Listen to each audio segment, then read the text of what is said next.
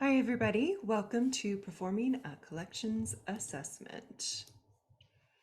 Before we get started, I'll tell you a little bit about myself in case you're new to the webinars.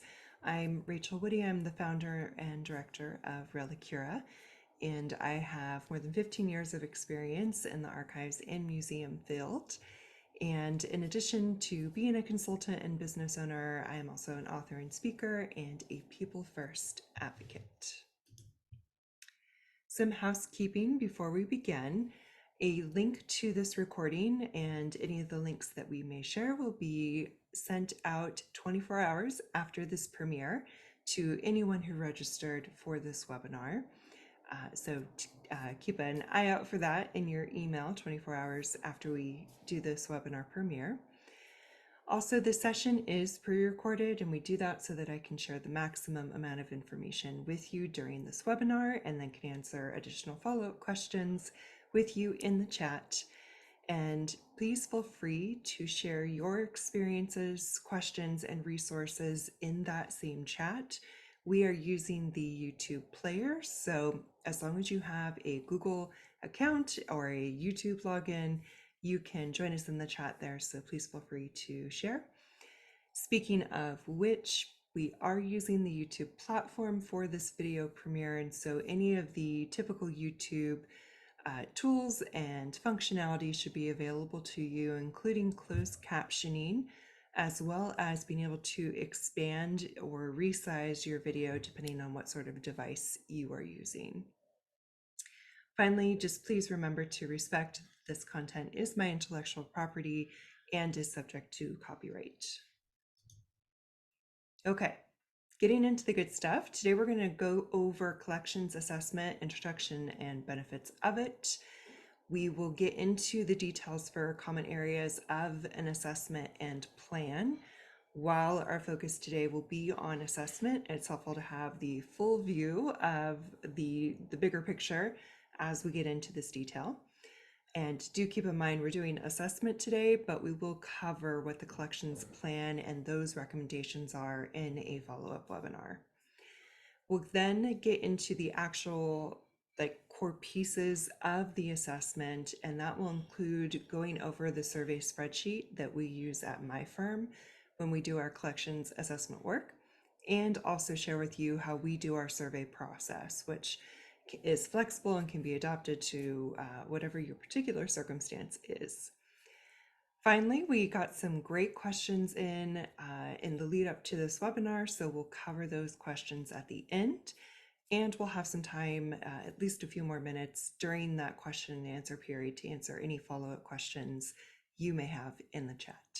Okay, with that, we will begin. Introduction into collections assessment. So first of all, what is a collections assessment?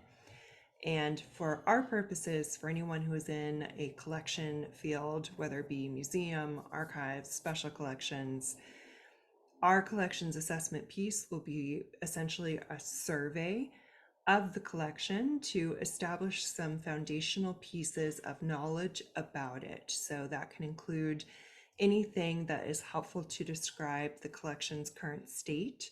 That can be content, that can be size, that can be preservation issues that might be present, gaps in management or access, any and all of the above. For our collections assessment, you can see as we go through the details together, it can really be scaled up or down depending on what your particular need is at your organization. And that is our approach when we work with our clients on collections assessment and planning, is taking this core framework and then being able to blow up and emphasize areas that are of particular importance or particular challenge, and perhaps minimize or omit other areas that just aren't as applicable or maybe not as huge of a priority or need. Collection assessment benefits. So you may be wondering to yourself, and quite rightly, I only have so much time and already so much to do. Why would I do a collections assessment? What would be the benefit of that? So a couple of the core benefits here that for you, if this would be a helpful benefit, then it's worth doing. And if these aren't helpful benefits, then maybe you don't need to do it. But when you do a collections assessment, it can help you prioritize any of the upcoming work. So once you have a better idea of what your state of the collection is, what the gaps are, what the challenges or perhaps urgent needs are, that can help you and the rest of your staff prioritize what are the projects we need to do next, whether that is immediately for the upcoming year or for help in strategic planning, that kind of thing. Doing an assessment can also aid in demonstrating need, and we're talking about need in the sense of putting together either a fundraising ask or a grant application. Oftentimes, doing a collections assessment and having an assessment like a findings report, which we'll also cover today, will help summarize and be able to be used as supporting evidence for your fundraising ask or grant application.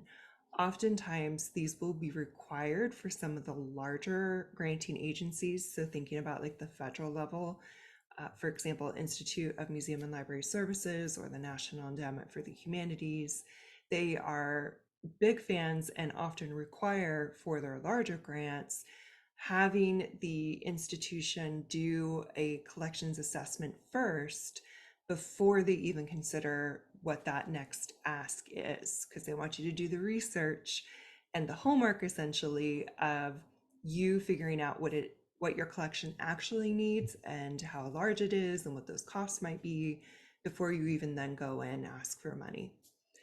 And then finally, when you put together that collections assessment, it can help advocate for resources in general and thinking about the resource needs and asks at your home institution. So, whether that is trying to advocate to your boss that you need additional staff, maybe advocating for a paid internship position, or going a bit larger in the sense of, if not staff resources, maybe it's equipment needs, maybe it's a larger or improved or repaired storage location, things like that, where you've done assessment and now have evidence to support or at least back up the resource requests you are making within your museum, archives, or cultural heritage organization.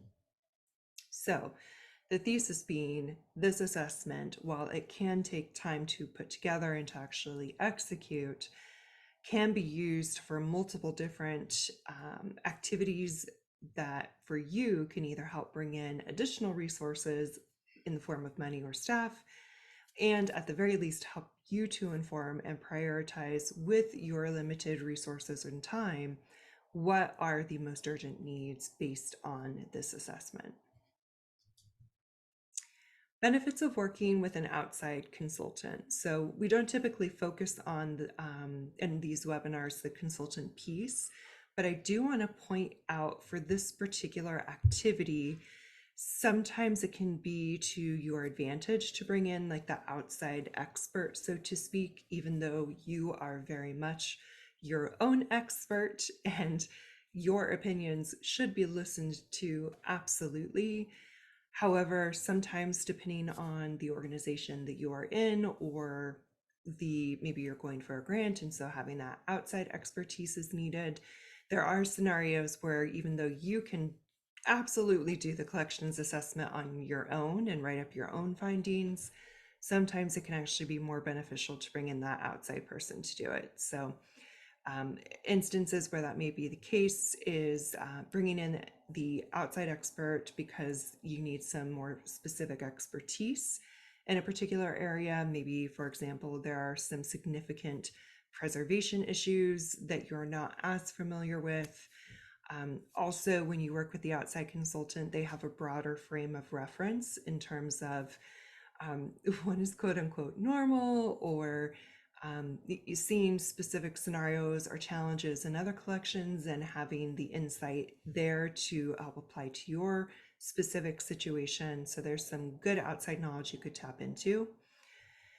Also, with the outside person, they're able to perform the work with limited capacity impact to yourself. So knowing that you already have so much to do, if you just can't get around to or have the leisure time and the luxury of time to focus on doing your own assessment, sometimes bringing in that outside person is just actually easier, assuming that there's a bit of a budget for that.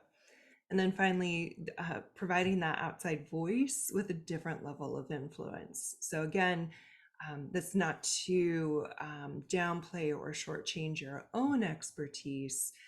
However, the reality that we've experienced, being the consultant on this side, is that sometimes we can say the same thing that a staff member may have been saying for 5 years, but us saying it is somehow more official or more impactful to the people who make the decisions. So sometimes it may very much be a case of you already know what you need to do, but you need somebody to like put it on paper who doesn't work there.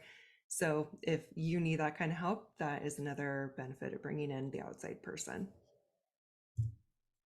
Okay, common areas for an assessment and plan. So we're going to go over like the whole enchilada so that you can see beginning to end why we may be assessing the things that we are and seeing how they play into what ends up in the plan in terms of content. So we'll provide this outline, the whole thing, and then we'll get into more details on the assessment piece. Okay, so common areas, first up, introduction, which is key for context setting. And often when we work with clients, we explain why we're including information that may seem like, why bother? Or we already know this. And that can include like, what are the goals here? Obviously, we want to get a sense of what the collection is, but establishing that and having it written out can be quite helpful, especially for context to somebody who may be picking up the report years from now, or somebody picking it up now who was far removed. We also like to include what the purpose is. Most times when we're brought in to work on site and produce this collections assessment, there's some sort of catalyst or some sort of urgent need to come after that needs to be informed by this assessment. So knowing the purpose of the assessment helps us focus as the people doing the assessment, helps us focus on the right areas that will be the most informative for us. And grounding, any other sort of contextual information. Maybe there was like a board changeover, maybe there is like a physical location move, any sort of external factors that need to be considered and documented that have influenced or served as catalyst for this particular assessment and the recommendations and plan that come after. For the findings piece, and so some of the information we'll capture, the findings of that assessment will help us to establish what the collecting scope is. And while you may think that, well, we should already know what the collecting scope is if we've established a collecting mission, and yes, you can absolutely have a collecting mission and outline what your scope is, but sometimes that needs to be assessed against what is actually in the collection. Sometimes collections evolve. Maybe there wasn't a collecting scope in place at first. Maybe the needs have changed. There are a number of reasons as to why it's worth actually assessing what is the stated scope versus what is the actual scope, which gets into that next piece, which is what content is present. What do we say we're collecting versus what is actually in our collection and what makes up the bulk of our collection.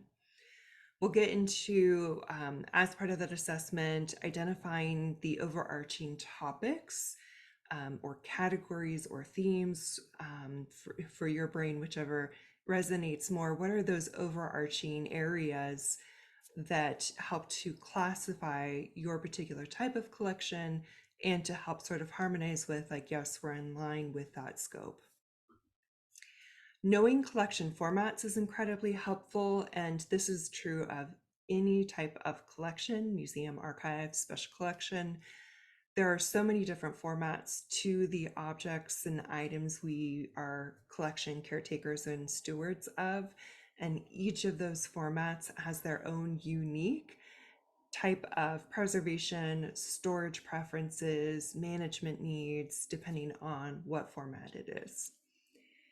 Location and size are perhaps again, another thing that may seem obvious, but taking an assessment and getting a accurate sense of where are all of our things located, and to like what is the true extent of our collection, especially when it comes to informing our storage needs and our capacity in that area. Speaking of storage, there are a few different areas of storage that we typically focus on. There's the security piece of that. So thinking of security in terms of who has access to it, making sure things can't get lost or damaged. Thinking about climate control, the majority of our items, if not all of them, will need some sort of climate control. And then thinking about the actual housing materials. So depending on your collection, and again, that format of that item will dictate what type of housing, what type of storage housing you need.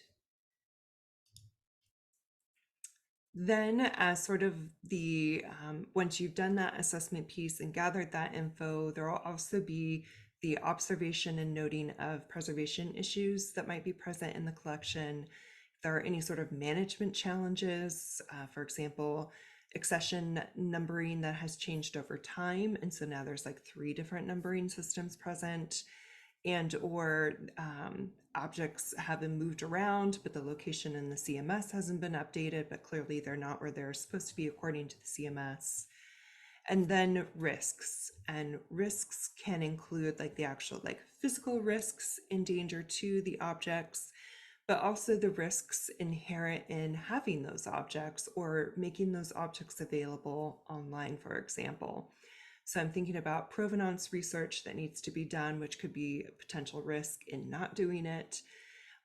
There could be copyright or ownership risks if the copyright isn't like firmly established or known.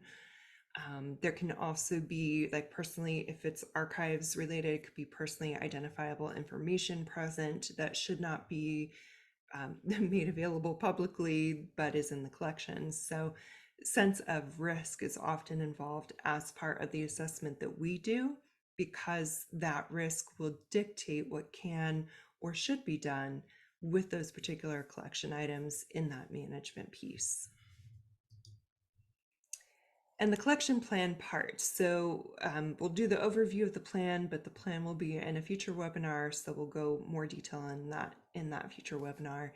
But the plan after we do that assessment finding piece is doing either a proposed revision to the collecting mission, or if perhaps there was not a collecting mission in place to begin with, which happens, then proposing like an original collecting mission for you.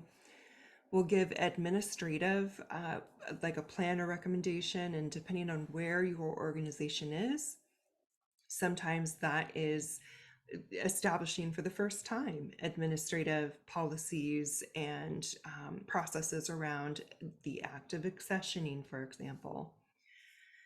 Also, similar to depending on setup, etc., when we're thinking about our space setup, whether it is a new space or revamping an existing space, there will be recommendations for how to improve that for the collection storage and the collection work. We'll talk about preservation work when we're thinking about the plan, and that's informed, of course, with our observations of any sort of preservation issues. We'll then have recommendations for storage supplies, and depending on the formats present, and giving estimates on how many linear feet of boxes you might need, for example, and then any sort of project priorities. So based on what we were seeing in the collection during the assessment, based on conversations we may have had with key stakeholders, we would also include in the plan any sort of project priorities that we recommend for like the what's next. And I want to highlight here, again, thinking about using this assessment and plan for advocating for like grant applications or fundraising asks. Establishing these project priorities as part of this larger process and having it written down and documented in this document is incredibly helpful for when you do go and do that grant application or fundraising ask, because you can point to this section and say, the consultant has identified these next 3 projects as like the most important projects to be prioritized. Or if you wrote it yourself or someone else on staff, you can frame it in terms of our staff last year underwent this assessment and findings process. We have identified these as the next 3 priority projects that need to happen. Our grant is to do this first one or what have you. So again, it's whether it's an outside consultant or it's yourself or your staff, it's using this to demonstrate that you have done your homework and that you know exactly what you need to do next. All right, and then depending on needs of the particular organization that we work with as consultants, we can sometimes include collection recommendations. So there's the assessment findings and like the plan for those immediate findings. And then if there's some management policy needs or process needs, we can sometimes cover appraisal, accessioning, the actual act of processing the collection, how to catalog, digitize, weed, and deaccession, and displaying access recommendations. So depending on the client and what their needs are, we may do all or maybe 1 or 2 of these particular areas to offer some really specific recommendations around the administration and resources needed in those areas. Okay, common areas for assessment. Let's get into the details. Okay, so we are going to take a look at a spreadsheet visual in a second, but the spreadsheet usually contains each of these pieces and is what helps guide us when we do our assessment survey. First step is location. Where are you in the particular storage building, museum, wherever it is, like where is it? Building as well as room, shelf, row, like get detailed in terms of where you are. Extent, and extent is the term that we use to convey what is the measurement, what is the size of what it is that we are assessing. And you'll see in the spreadsheet, we'll take a rough extent of each of the things that we're looking at, as well as getting a total of, for each location, what is the total size of the collection in that location. We get into contents, which is usually like a rough, like I'm seeing 19th century photographs of, black and white, whatever, of Paris. And so capturing some subjects, some format, the content that is being captured or that is present within these materials. If dates are easily discerned, we will capture dates or at least rough approximates, as sometimes that can help inform some of the priority project details. Formats is very important. We will capture what format the item or object is. We will then capture, if easily discerned, the topics that are present. And depending on the client we're working with, if there's some overarching categories like this is the photograph collection and this is the archives collection, we will also capture what the category is for what we're looking at. And while we are in there, we capture in our notes any sort of preservation issues that are present. And usually those are immediately obvious when you run into them, and any sort of risks. And again, these are risks of, oh, this has personally identifiable information. This particular film that we have is most likely copyright, so we don't digitize and put it online kind of thing. So we'll capture any of those things where it's like either immediately obvious or more like most likely, and so pay attention to that. So for collection scope of that collection, capturing like not even like a paragraph in terms of like how much notes you would capture in the findings. We would want to take a look at some of the specific topics, and we don't want to have to list like every topic under the sun, but knowing some of these overarching topics can help you then compare it to your collecting mission or scope if you have one, to make sure that it's either in alignment or to inform that maybe it needs to be adjusted.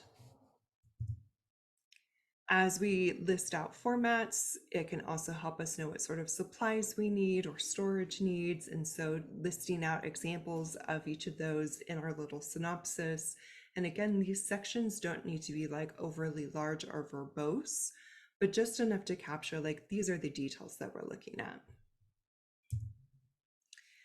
Capturing collection, location, and size. So when you're putting together all the numbers at the end, having the breakdown perhaps by category of like the archive's extent or size is this many linear feet, and the objects collection is this large in size. So listing out some of the main categories may be helpful for you, as well as getting like a total, whether it's linear feet or cubic feet or whatever you use to measure your collection, getting a total measurement of that collection.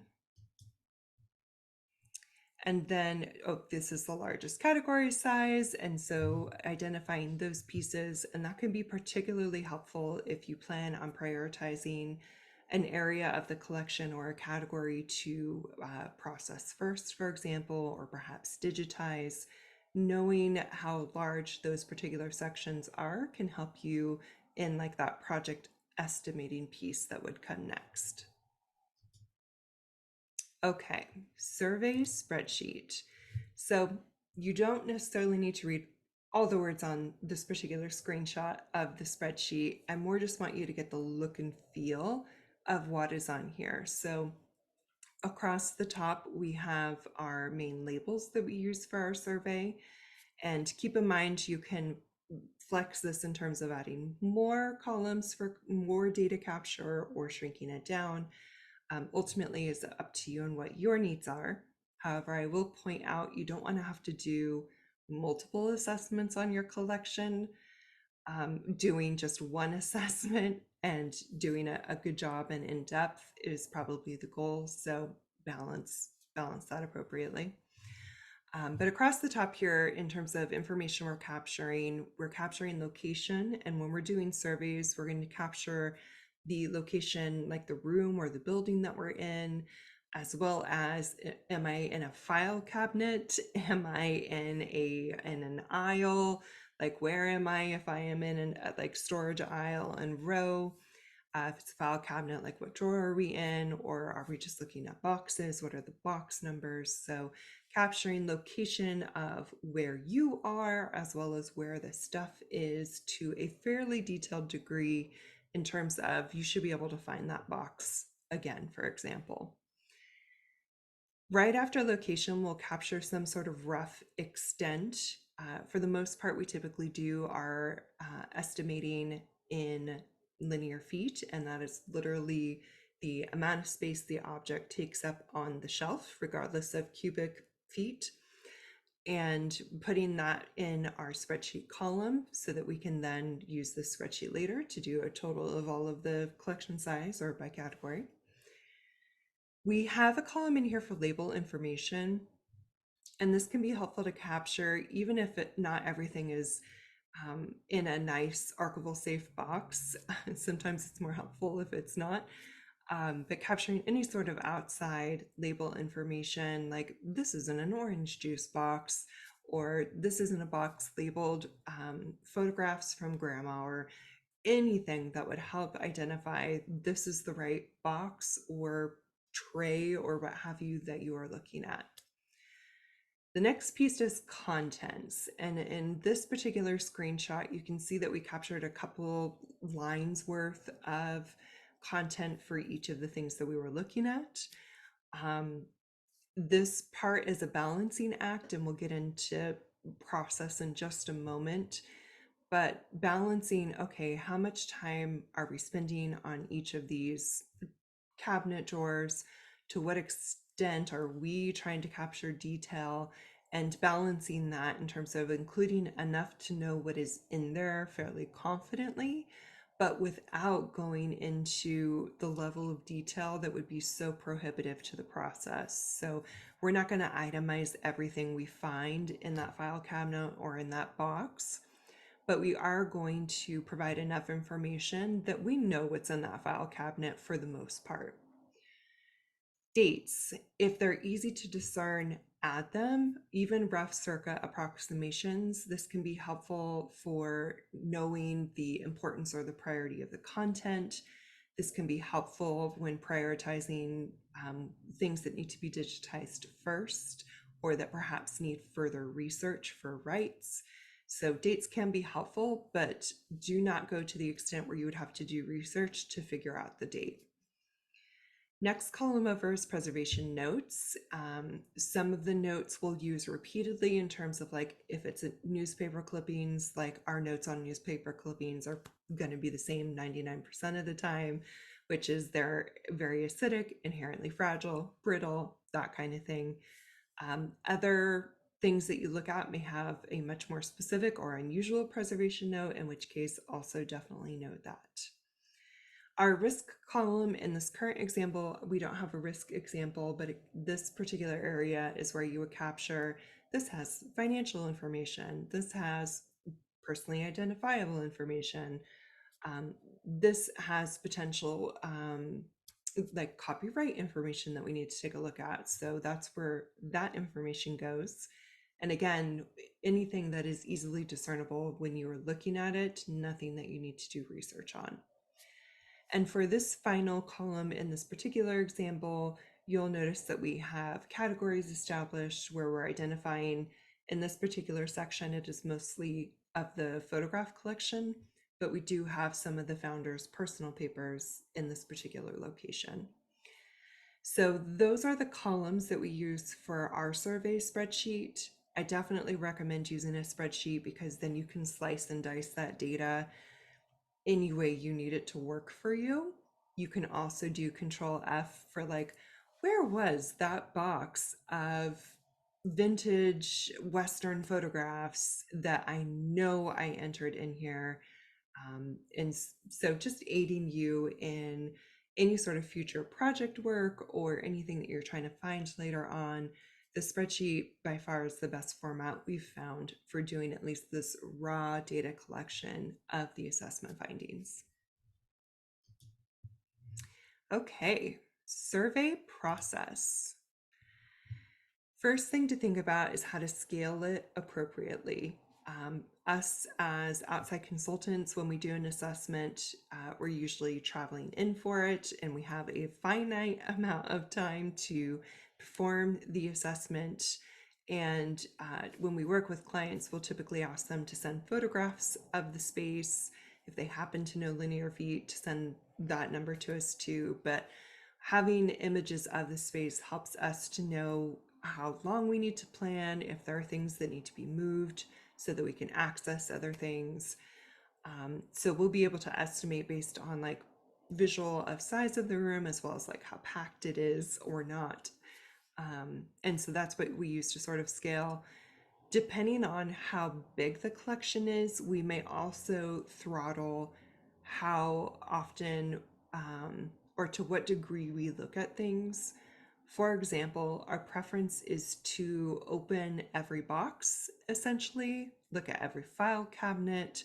We may not look at like every folder or every item in that particular box or tray, but we will open up everything to get a sense of what is in this particular area, whether that is the cabinet drawer, the tray, or the box, and can we account for each of those.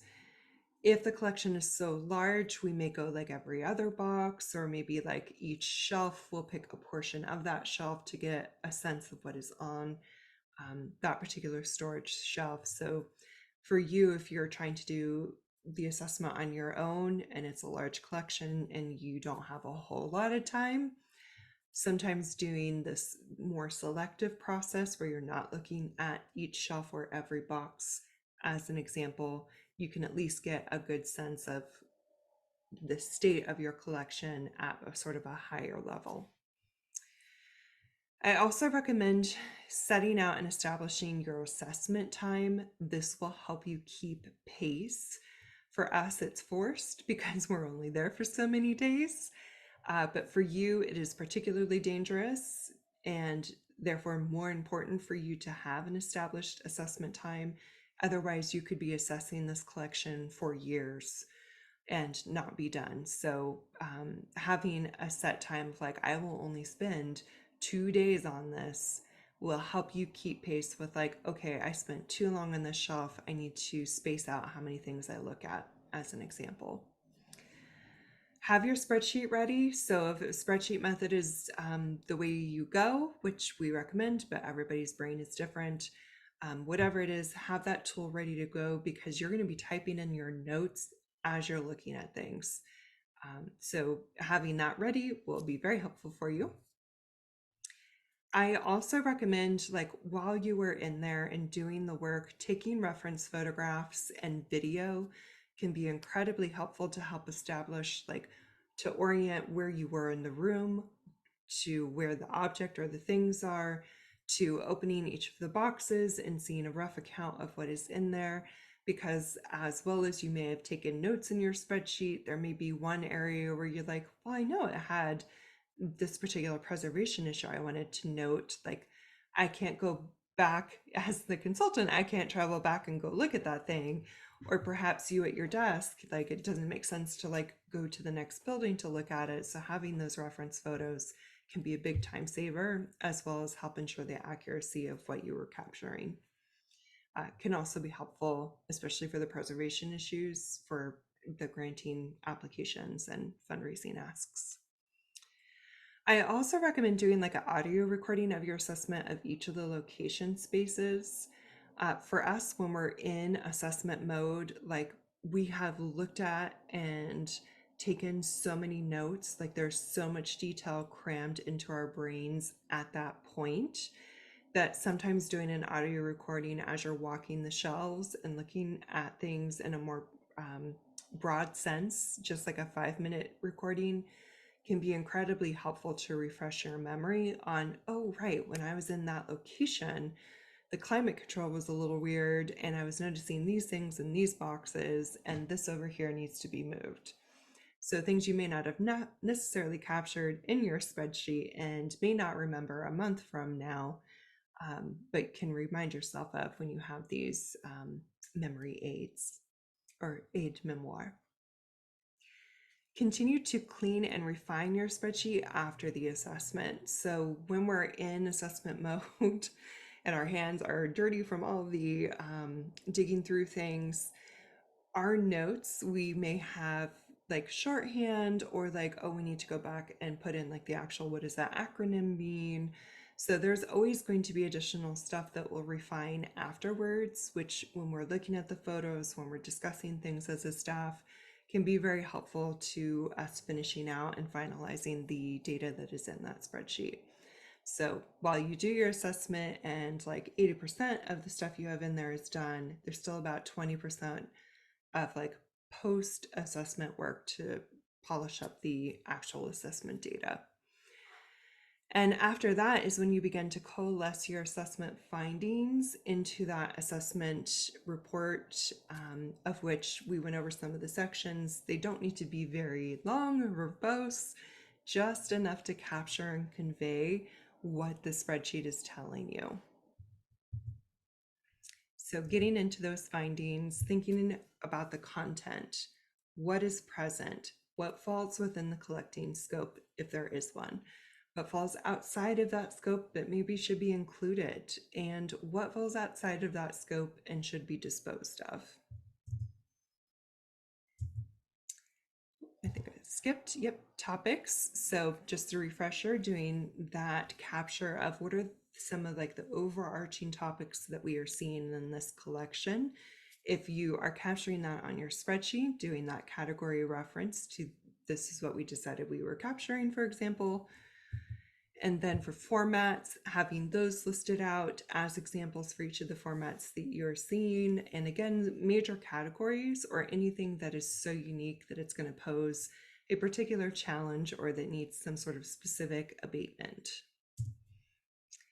The collection location and size. So again, capturing that extent of that total collection, as well as in those particular, like in this room, it is this big, or in this next one, in this collection area, we have this much versus our photographs, which are this much, which can all help to inform those future priority projects. Taking account of any sort of preservation issues and getting some specific like bullet points of we're seeing some dormant mold, we're seeing acidity in our newspaper collections, things that are um, easy to summarize at sort of a high level that can then be backed up with detail from your spreadsheet. Taking a note of like the security and climate control. So like a summary of what's present should go in that particular section of your report. Again, doesn't need to be super long, but enough to address, are there any security issues, or no, there's this, and this in place. Are there any climate control issues? Yes, no, what do you need? That kind of thing. And similar for housing and storage. So current collection as is, maybe everything's in great storage, maybe only 80% is in great storage. And what are some of the needs that you are seeing? Okay, questions. We got some good ones. How should the work of a collection assessment fit into potentially revising / adjusting a museum's collection policy? Yes, so taking stock of your content, the overarching topics, and the size of materials that you have in each of those. So doing that as the process of your assessment and capturing those in the columns that we talked about, all of that will help you demonstrate what is actually being collected versus what the stated collecting mission is. It is normal for museums, archives, cultural heritage organizations to evolve their collecting over time. Part of that is just due to the donors of collections or the availability of certain materials at a certain time. Part of that is also directed or dictated by the staff present or the topics of interest by researchers at that time, or what the community was wanting to see in exhibit displays. So there are multiple reasons as to why our collecting may have skewed one way or the other. So I just want to affirm that that is normal for everybody. And that is why it is so important that we check in periodically to make sure that the content in our collection is in alignment with what we say we're collecting, and that what we say we're collecting is actually what we want to collect. So it's a bit of a circle in terms of what does it make sense for us to collect? Is it what we're saying we're collecting? And is that what's in the collections? And then repeat. And if you are out of balance in any of those areas, working with your staff and whomever your decision makers are on, okay, based on what's in our collection or what have you, like, I think we should adjust our collecting scope. I think our community is asking for more of this. Right now, we're seeing the recognition that our collections are very monotone and not representative of our communities. And so, changing our collecting scope because it needs to evolve. Similarly, we may have finally adopted a collecting mission, and now in assessing our collection holdings, we realize that past collecting practices have collected some junk or things that would be better homed in a different institution, and that is normal as well.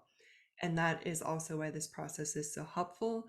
It can help you very clearly see that, yes, this stuff makes sense here, and no, this stuff does not. So let's rehome it. Let's figure out where it should go instead so that we can free up those resources. So that was perhaps a much longer answer than you needed, but that is how an assessment can help inform that collecting policy and then some of those decisions that you make as a result. Question: what are the most important areas of an assessment to focus on when needing to conduct a thorough overhaul of the museum's cataloging system and retroactively account for collection objects previously mislaid? This is a great question because I'm pretty sure almost every museum or collecting institution has some form or flavor of this happening. And again, it is normal as practices have changed, as tools like the collection management system have changed, as staff have changed. These things happen. And so when you're doing that collection assessment, this is where noting that location, the box or file cabinet identifiers, as well as the content in each of those can help when being compared to what the system, the cataloging system in this case, says. And perhaps in your particular situation, in addition to having that spreadsheet up, maybe you also have your collections management system up to compare, like, oh, I just found this object. It's in the blue room on shelf 5. However, in the collections management system, it says it's in the red room on shelf 1. Let me update that right now as an example.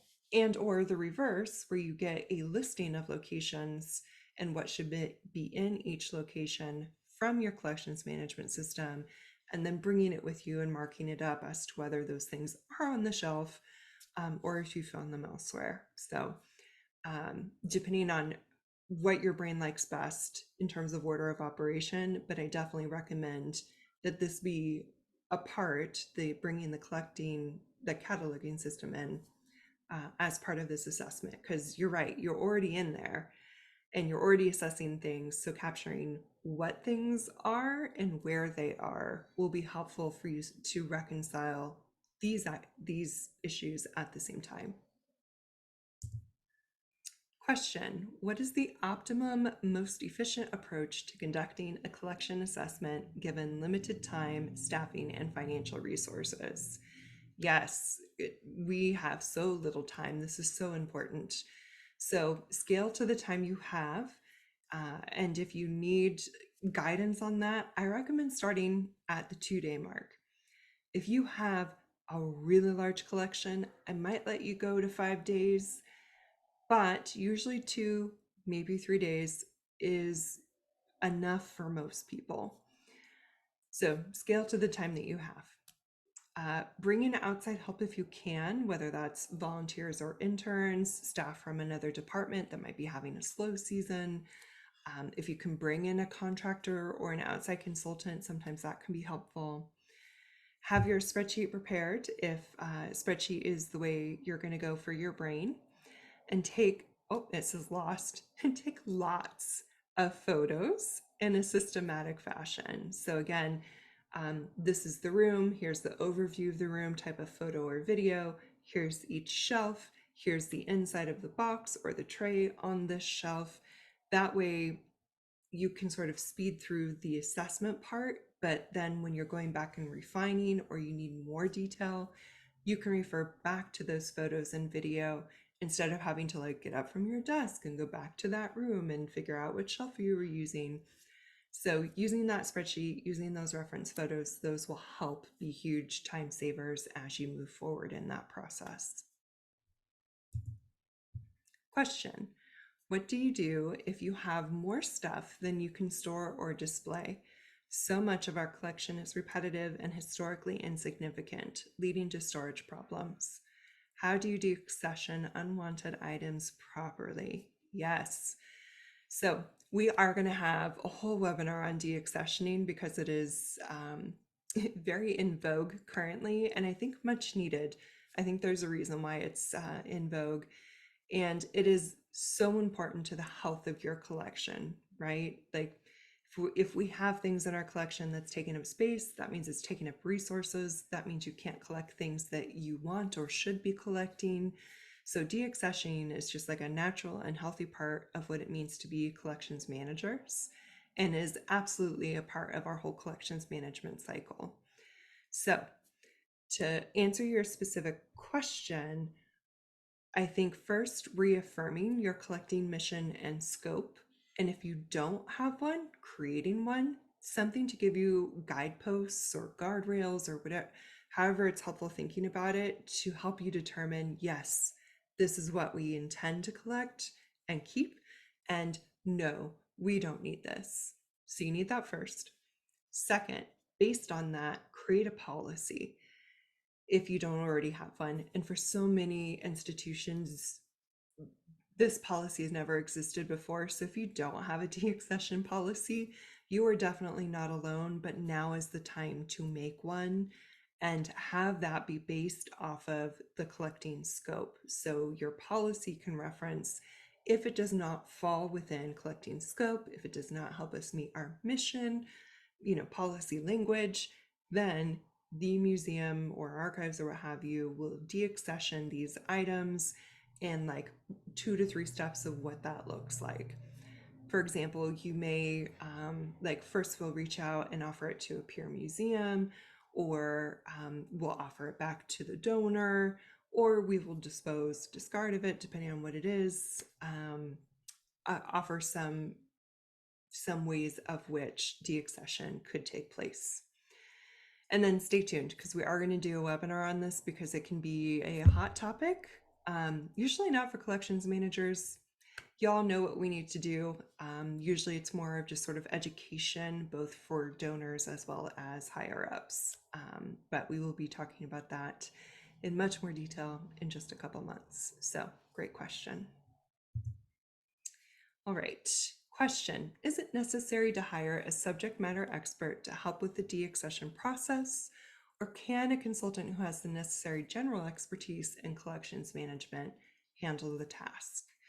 So, yes, so an expert might be needed if there are high value items and the museum or whomever want to pursue perhaps selling that. So you may need subject matter expertise for the process of like getting rid of it, in this case selling it. A museum consultant may be helpful if you want to tap into their network of colleagues and knowledge of museums that may have interest or be a good institution to rehome particular objects that you're looking to dispose of. For the actual deaccession process, like the actual activities one would do as the collections manager, it should definitely be performed by someone who knows the management system you have in place. So if there is a collections management system, having either staff or a consultant come in who knows that system or knows that process will be incredibly helpful. This is true for organizations where you may be on the smaller side and you don't have access to a full-time or permanent registrar or collections manager.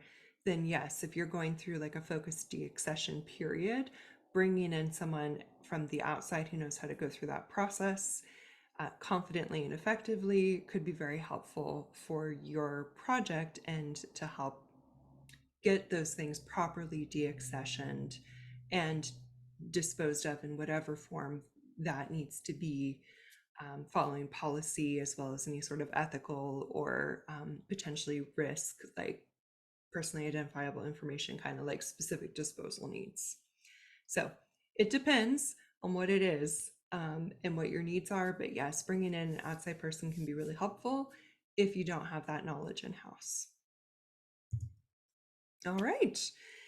That covers collection assessments and the questions we got in. Thank you so much for sending those ahead of time because that allows me time to answer them in enough detail to hopefully help you get to the next step in your process. If you have any further questions, you can reach me at rachel@relicura.com. And of course, stay tuned for more webinars. We're putting together our content list for 2024. And so collection plan and recommendations, as well as deaccessioning, will be on the list for early next year. All right. Thanks so much, everybody. We'll be on for a few more minutes to answer your questions. Take care.